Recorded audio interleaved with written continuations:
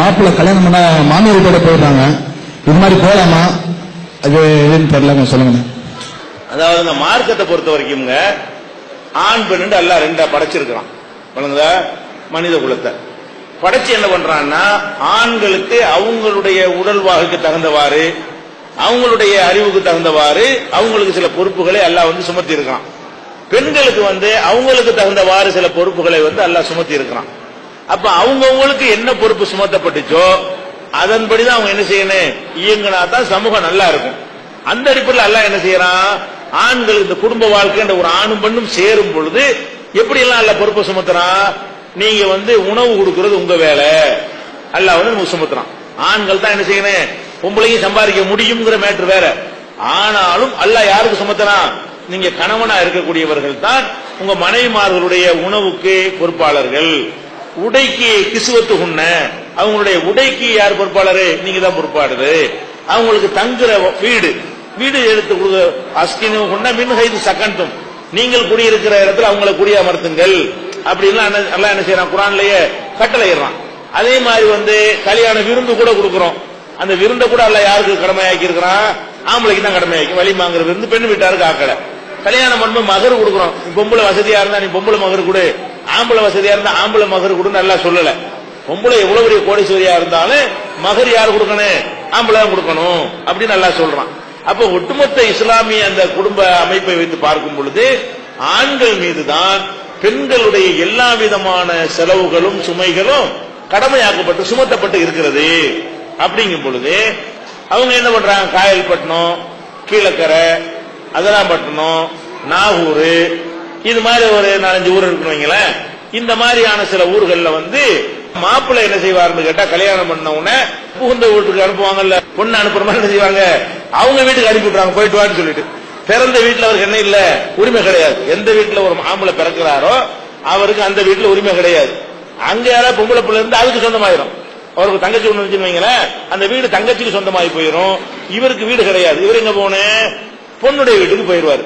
அங்க போய் என்ன செய்வாருன்னு கேட்டா, அங்க ஒருத்தர் இருப்பான பொண்ணுக்கு அண்ணன் தம்பி இருந்தா அவன் ஓடி போயிருவானே கிட்டாது, அவனுக்கு வீடு கிடையாது.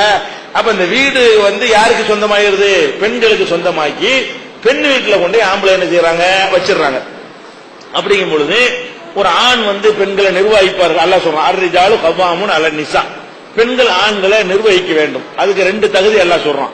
ஒன்னு ஆம்பளைங்கிறது ஒரு தகுதி, 2வது தகுதி என்னன்னு கேட்டா ஒபிமா அன்பகு மின் அம்பாலிகும், தங்கள் பொருளாதாரத்தை ஆண்கள் செலவிடுற காரணத்தினாலதான் இவங்களுக்கு நிர்வகிக்கிற பொறுப்பு தரப்பட்டிருக்கிறது.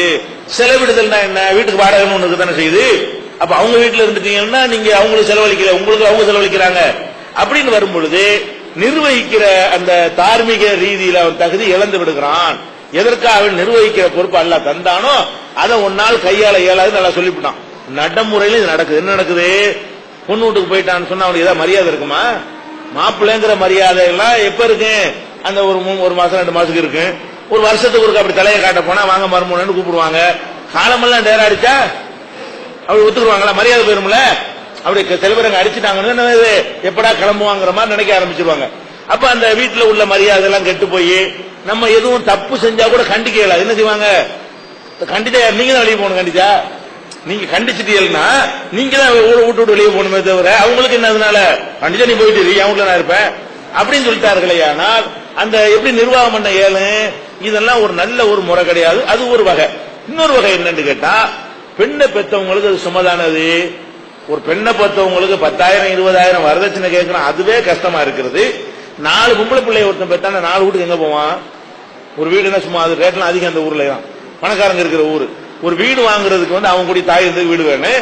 ஒரு வீடு சொன்னா ஒரு பொம்பளை பிள்ளை பெற்றான்னு சொன்னா என்ன செய்யலாம், நம்ம தாய் இருந்திருக்கும் ஒரு பொம்பளை பிள்ளை வச்சுட்டு போகணும் கொடுத்தா அம்மா அப்பா வீட்டை கொடுத்துட்டு தெருவுலையே அறிவிக்கலாம்.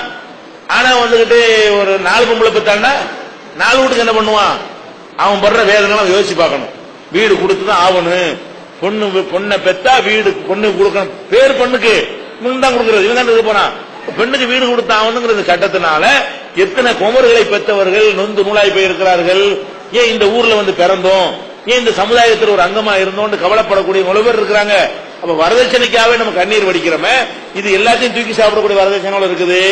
வரதட்சணை நான் 1 லட்சம் கட்டுவான் அதிகபட்சமா, அவ்வளவுதான் கேட்பான். ஒரு வீடு சொன்னா 15 லட்சம் 20 லட்சம் இன்னைக்கு அவ்வளவு தொகைக்கு என்ன போவான்? 4 பொம்பளை 1 கோடிக்கு இங்க போவான், எல்லாரும் கோடீஸ்வரனா இருப்பானா? அப்ப அந்த மாதிரி எல்லாம் யோசிச்சு பார்க்கக்கூடிய நேரத்தில் இது பெரிய சமூக கொடுமையா இருக்கிறது. இது எந்த வகையில என்ன செய்ய முடியாது, நம்ம ஏற்றுக்கொள்ள முடியாதுங்கிற வகையில் நம்ம காயல்படுத்த நினைஞ்சோம். அது விளக்கமா சொன்னோம். குடும்பவியல் அதை பத்தி விவரமா பேசியிருக்கோம். குடும்பவியல்ங்கிற அந்த தொடர் சொற்பொழிவு நினைஞ்சிருக்கிறோம். ஆண்கள் தான் பெண்களுக்கு கொடுக்கணுங்கிறது விரிவாகவும் பேசியிருக்கிறோம். வரதட்சணை வன்கொடுமைங்கிற தலைப்புல நிறைய மாநாடுகள் நடத்தி அதுலயும் பேசியிருக்கோம்.